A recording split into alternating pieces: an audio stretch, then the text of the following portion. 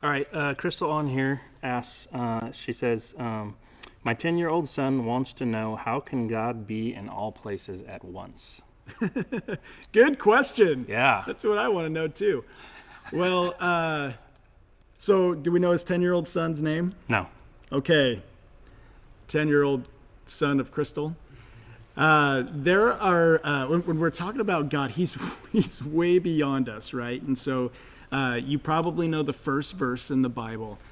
In the beginning, God created the heavens and the earth, right? And so what that lets us know is that God created time, and it lets us know that he created space, and it lets us know that he created all the elements, and we'd call that matter, right? And so he's outside of our existence. Now, I don't know if this is hard for a 10-year-old to comprehend, but for me, when I think of like living forever, I can kind of imagine things going on forever. What I can't imagine, what I can't conceive of, is God never having a beginning. That bothers me, Right. because I'm in a world where things have a starting point. I'm created in a world where everything has a starting point, and God didn't have a starting point, and so that's beyond my understanding. The Bible talks about the fact that God is spirit. He breathed his spirit into us, and so we do have a spirit, but we're also flesh. And so we have all of these boundaries that we have as humans in this creation that God's outside of. And so God, because he created time, that means there wasn't any time until he created it. And so he had no beginning, and he's not bound by geography or location. And so he's able to be everywhere. And I actually remember when I was 10 years old, because I was in church, and I remember all of us were praying Sunday morning, and it happened actually quite frequently, I think almost every Sunday for a long period of time, where my question to God was, God, how is it that you can hear my prayer and hear all of our prayers here in this church, and hear the prayers at Richland, and hear the prayers at Pasco, and hear the prayers in China? You can hear all these prayers at the same time. How do you do that? And there's a movie where God gives this guy his powers, and he gets on the email thing, and he's answering everyone's emails and all that kind of stuff.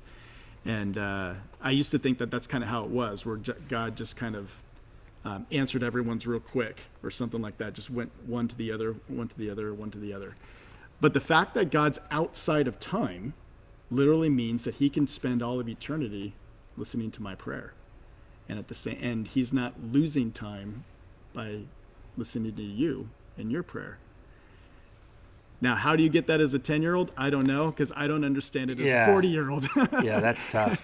But so literally, what's happening is, if you remember when Moses was praying, if you remember when David was praying, and you remember, because David lived long after Moses did, and then when the disciples were praying, when Moses was praying to God, God was hearing your prayers, even though you weren't alive yet, because he's outside of time and he's everywhere. And how he does that, I don't know. That's why we call him God. Yeah, now you just tripped him out. So I really like There's probably this. going to be more questions that come with that. So I really like this, because with you, like, I had a question, but it really helped. And this, I mean, if he's asking this question, he's probably a really smart 10-year-old, but it does get complicated. But one thing I like about Pastor Steve, and I really like Chuck Missler, more of the scientific pastors, is that they go into like quantum physics and different things that are like interstellar, like blow your mind. But one thing that helped me, like, when you're talking about a dimension that you mentioned, so you have length, height, width, and then you're talking about time, which is the fourth dimension. So if you have like time, and we like to look at it as like a line. You get this, 10-year-old? Sorry, as a lined spreadsheet, you know, beginning with Moses and then our prayer here. Well, how can God hear that? But when you have an outside dimension, like we're stuck in that graph, he's up here in like a balloon or a, you know, hanging out in a helicopter or whatever, and he can look down and he can see Moses down here, and he can see, you know, Matt Kessie's prayer down here. And when you're going up in outside that dimension, technically it can almost be at like the same time, because he's outside of the dimension. Yep. I know that blows your mind, but Yep. even like if, like, let's say you're coloring a picture, which is two-dimensional. I mean, obviously it has height and stuff, so it's not technically two-dimensional. But the person who's coloring that picture, to them, he's like all-encompassing in the world. Like, you know, how can this person, you know, if they could know who we are, be involved in this? But it's because he's outside of that second dimension. He's a third-dimensional being. So to us, it looks all-encompassing, but it's really just one of his attributes. Yep.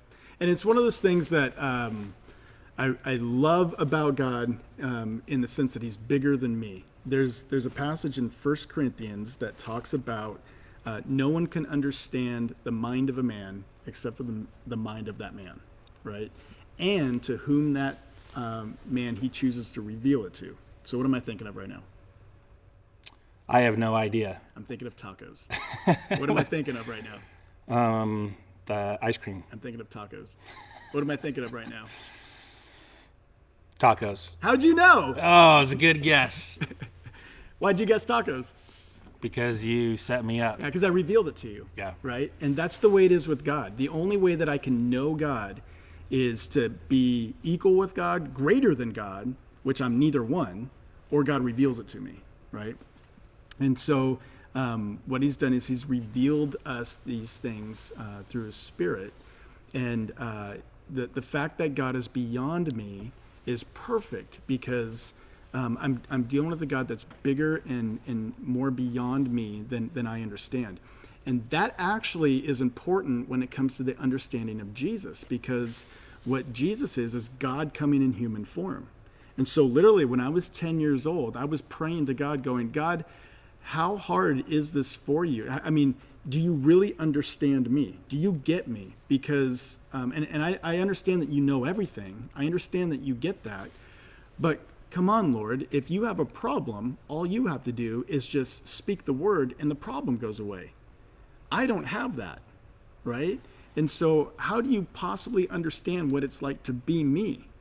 And that's when God spoke to my heart and he said, Matt, that's why I came as a human, to go through all the things that you go through. So God took off his ability to be what we call omnipresent, where he's everywhere all at once. He took that off and he came in the form of a man to suffer the way that we suffered so that I could talk to God in a way that I can understand and know that he understands me. And so God is beyond us, and we're talking to a God that is way beyond our comprehension, but at the same time, he put on his humanity to come and reach us at our level. And so that's pretty cool that God did that. Awesome. Thanks, Crystal's son. Appreciate you watching the show. Hopefully, Good question. Hopefully, yeah, you won't find that in your Sunday school coloring books there. So appreciate you watching the show. Hopefully that helped you.